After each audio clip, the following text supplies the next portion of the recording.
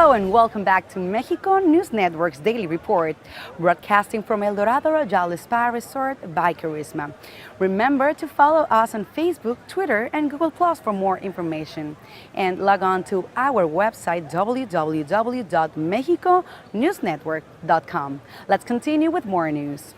According to the Environmental Protection Agency of the United States, a single baby can easily use 8,000 diapers before toilet training. Though there is certainly a financial cost to the parents, there's also environmental cost as it takes more than a century for a standard diposer diaper to break down. To help accelerate this process, a team from Azcapotzalco campus of Mexico's autonomous Metropolitan University have tried turning disposable diapers into fungus incubators. Rosa Maria Espinosa Valdemar, the leader of the investigation, explained the process. It is only possible to use these on diapers with liquid waste, which are first sterilized using the autoclave before being ground up and mixed with organic materials such as grape pomace, coffee, or pineapple crown. Mushroom spores, specifically the kind that grow on wheat or sorghum, are spread on the substrate and placed in the plastic bag, where it is held for 2 to 3 weeks under artificial control of temperature, light, and humidity. During this process, mushrooms grow and feed on diaper cellulose, and in a period of 2.5 to 3 months, the volume and weight is reduced by up to 80%. Espinosa explained that using this method on 2.2 pounds of diapers reduces it to 7 ounces of residual material and 11 ounces of mushroom by the end of the process. But what happens to other materials that diaper contains? Polyethylene, polypropylene, and subsorbent gel? Because of their characteristics, all of them are beneficial for mushrooms' growing process. In fact, the team says that the liquid retaining gel can be recovered after the fungus procedure has been completed. Furthermore, and although this was not the original aim of the team, Rosa Maria Espinosa said that the resulting mushrooms can be used as a food supplement for cattle. The residual gel could increase the humidity retention in crops, and leftover plastic can be recycled. Mexico, with its international alliances, has enabled the creation of systems to measure the forest changes and payment procedures for local farmers. Recently, the Minister of Environment and Natural Resources of Mexico, Juan José Guerra Abud, met the ambassador of Norway in Mexico, Marit Nergard, to reinforce binational efforts in forest conservancy. Mexico's general law on climate change and its intended nationally determined contributions commit the country to reduce its emissions by 30% by 2020 and by 50% by 2050. Because of its commitment to forest policies and the implementation of regulatory systems, the Norway government has been working side by side with Mexico since 2010. When both countries signed a memorandum of understanding and cooperation in the areas of environment, forest conservation, and climate change.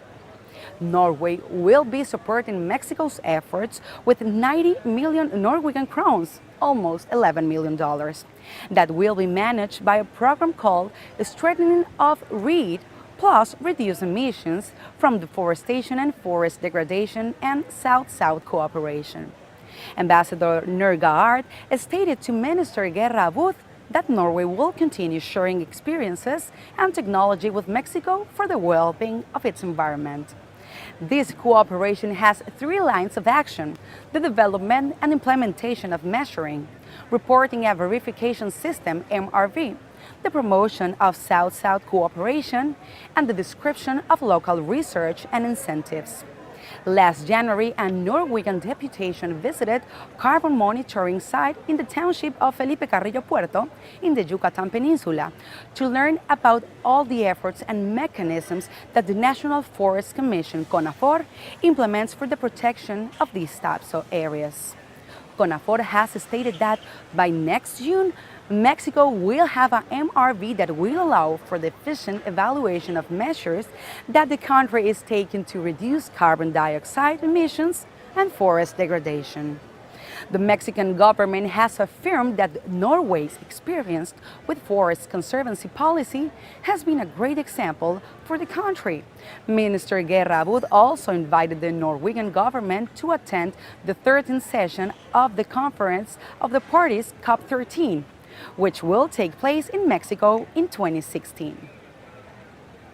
Mexico is a country rich in wildlife and makes up about 10% of the species living in the world. At least half of these are endemic. Unfortunately, many of these species are endangered or at risk. Throughout the country, we can find over 200,000 species that inhabit in different states, and thanks to that mega diversity of the nation, Mexico is positioned in the third place worldwide. From these species, at least 2,584 are at risk due to their habitat destruction and other type of abuse.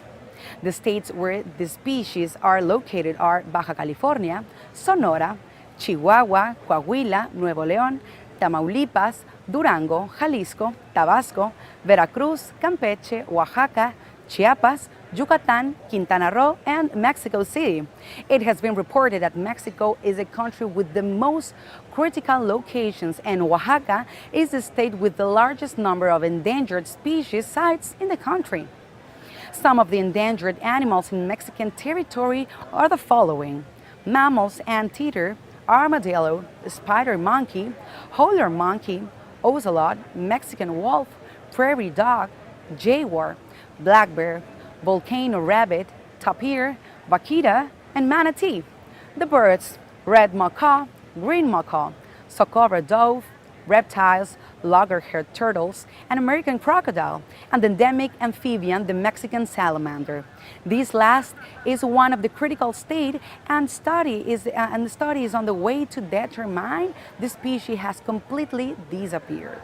In the last study, only 100 specimens were found. In Mexico, there are protected areas for some species, which seek to recover or at least not decrease the actual number of species. That is why it is very, very important to join efforts, since we all need to take into account that our actions have consequences, and we must respect these and all of other living creatures whom we share our world with. Mexico City is a massive metropolis, the largest in the Western Hemisphere, where 22 million people live in an area of 3,700 square meters. It is a vibrant, never-resting city, Mexico's capital and heart of Mexican culture, art, history, and politics. As many other large cities, it's faced also with big-scale problems, housing and traffic. That's where experts from the Harvard's Graduate School of Design are working on these issues and solving them. Regarding the housing problems, the city needs at least 40,000 units a year, and half of them should be in affordable range of prices. But the problem begins when only 20,000 units get built. Ironically, there are many abandoned units which were built on cheap, far away land and ended up being unsustainable culturally speaking. People couldn't live so far away from the heart of the city, and besides, they have poor connection to rapid transport. But the city just keeps growing and growing, and the problem too. It needs strong, sustainable urban housing for the future. The solution proposed is to draw housing back towards the city. The Sustainable Urban Development Initiative at GESD is financed by Infonavit, Mexico's national worker housing agency.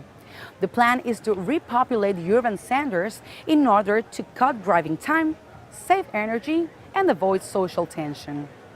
The idea is to create attractive, high-density, affordable housing, not only for people to live in, but to grow and build a community. A sense of community also benefits residents to share goals, organize social gatherings, and have a secure environment. These units are smartly planned, very dense but not overcrowded, with easy and close access to transportation and also public spaces to promote social interaction. In such large metropolis, it is expected that there is an important number of cars. In Mexico City, only 26% of the city workers use personal vehicles. All the rest use city-subsidized modern buses, trolley cars, and the subway. But none of these are growing fast enough to meet demand. The traffic is made up by 14 million commuters, but the city's traffic capacity is not enough. 60% of the commuters and those who live in furthest from the heart of the city require access to transport that has informal stops and flexible routes on the long-term plan to replace microbuses and cars with low-polluting buses with official routes, transform avenues to reserve 2 lanes for buses in 6-lane avenues. Another alternative is to reduce traffic congestion by sharing streets with pedestrians. In fact, some heavily transited streets have become preambulatory corridors. A different strategy is the bicycle sharing system Ecobici, which in fact is the largest in Latin America and in 2014 reached 2.5 million riders in a month. It is a simple system where users purchase a year membership and can access to numerous bikes around towns, located in their special stations. Harvard design experts and city residents see hope and progress. And as stated by Jose Castillo, architect and lecturer at Harvard's Graduate School of Design, they cannot relocate 21 million people. They cannot spend their lives worrying about the bad decisions they have made. They have to actively adapt. With this in mind, it has changes are happening, and Mexico City is truly having a magnificent transformation. Don't go anywhere. We'll be right back with more irrelevant information on Mexico's and the Riviera Maya after these brief messages. Stay tuned.